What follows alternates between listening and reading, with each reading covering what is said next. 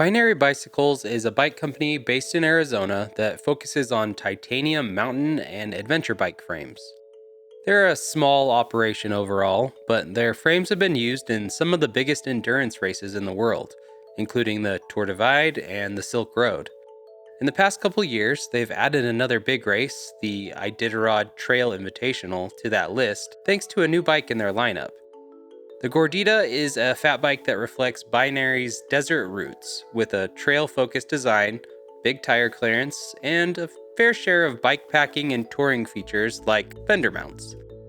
I've had one of these bikes in for a couple months and put it through a thorough test in several forms, including with and without suspension and with fat and 29 plus tires. In this video, I'm going to talk about what I think of this bike, what it's best at, and who I think it's for, so let's get into it.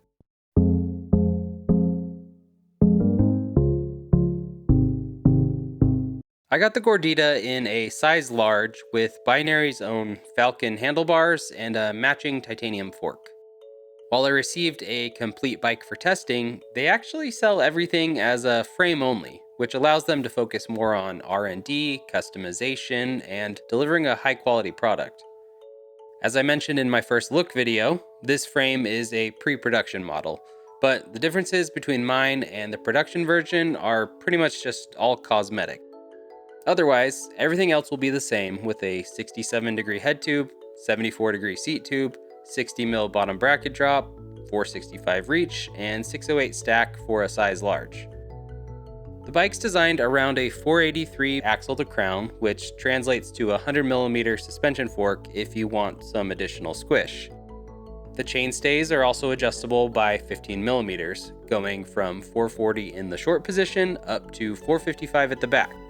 When I spoke with George, one of the owners of Binary, he admitted he hadn't ridden a ton of fat bikes, which is something totally understandable given his location. The ones that he had ridden seemed outdated, had wonky frame details, or generally just didn't ride very well, especially on dirt. His goal with the Gordita was to have a bike that would ride well even if it didn't have the tire clearance for fat tires at all. With that in mind, I took the Gordita on trails and obstacles I'd take any normal mountain bike, just sometimes with a lot of snow involved too. Fat bikes have been traditionally designed with two things in mind: clearance for wide tires and slower speed riding in soft conditions. This led to conservative geometry and fat bikes getting an unfortunately deserved reputation for being terrible on anything technical or steep. That seems to be changing in the last few years though, and the Gordita's design falls perfectly in line with this rising trend. The head tube angle is a great example of this. Almost every single fat bike I've reviewed in the past couple of years, including the Gordita, has had a head tube angle right around 67 degrees. While not progressive by modern mountain bike standards, it's just slack enough to put the tire out in front and slow the steering down for fast descents, but it's still steep enough to be fairly nimble at slow speeds in snow or on flatter terrain. The Gordita hits this sweet spot on other measurements too. The seat tube angle isn't overly steep for a comfortable pedaling position, which still puts you a little farther forward to keep the front end weighted. The chainstays can be run pretty short for more maneuverability, or more middle of the road for stability in snow or when loaded. Then there's the bottom bracket drop, which is low enough to be stable, but high enough to still be playful and counteract some of the sluggishness of big tires. All of this comes together to make a bike that's as enjoyable on bonus lines and black diamonds as it is on groomed snow and green trails. The butted titanium frame and fat tires give a really smooth and comfortable ride feel, even on the rougher stuff, but add in a suspension fork and the bike becomes even more fun to ride on technical trails. I didn't have a 100mm suspension fork on hand, but the Ren's 110 was close enough that Binary signed off on it, so I threw that on for a ride or two. Suspension forks and big tires are always a lot of fun, and with the Gordita's new school design on top of that, it's just a blast to ride. One thing I did notice in this configuration though was the standover. Fat bikes are typically designed with a pretty low standover because when you try to mount a bike in the snow, you're usually a bit shorter than normal.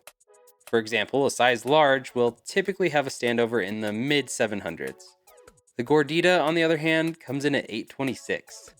I somehow didn't notice it on the snow rides I did, but with 29 plus tires and a suspension fork, it was immediately noticeable. This isn't the end of the world for most riders, especially for the kind this bike is meant for, but it is something to keep in mind if you ride in a lot of soft conditions. The only other thing I wish was a little different on this was the stack. 608 is a little low for my taste, but as I've said on other bikes, you can negate that with bars with some rise on them.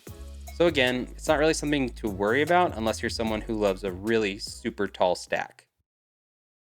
The first thing I noticed about this bike was just how unique and, for lack of a better word, beautiful this bike is. Titanium always draws some attention, but with this curved top tube that continues into the seat stays, even my wife made a comment on how cool this bike looked. The cable routing is all external aside from the dropper and doesn't have anything that's weird or tricky or ugly.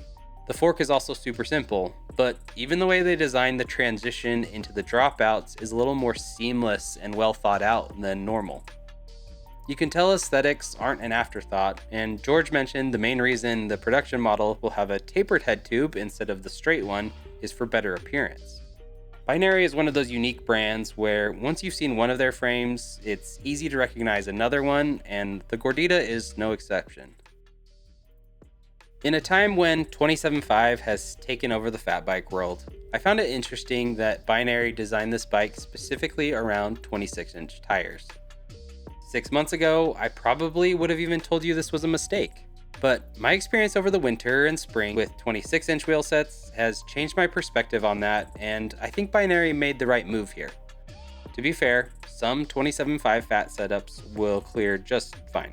But the bike was around 26-inch tires up to 4.6 inches wide.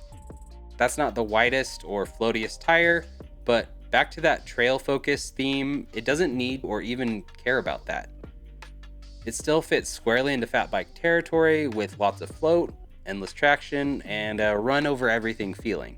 But optimizing for that slightly smaller size also allows for shorter chain stays, narrower seat stays, and a slightly narrower pedaling stance to make the bike feel more mountain bike than fat bike.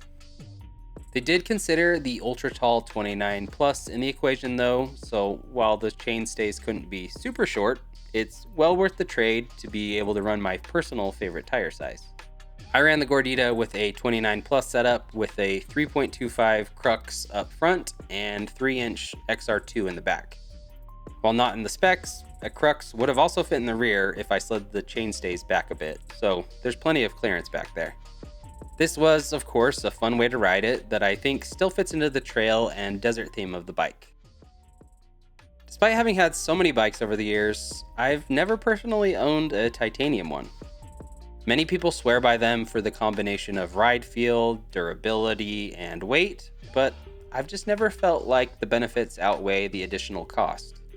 This bike, however, might be an exception for one possibly controversial reason: how it looks. Yeah, even I can't believe I'm saying that.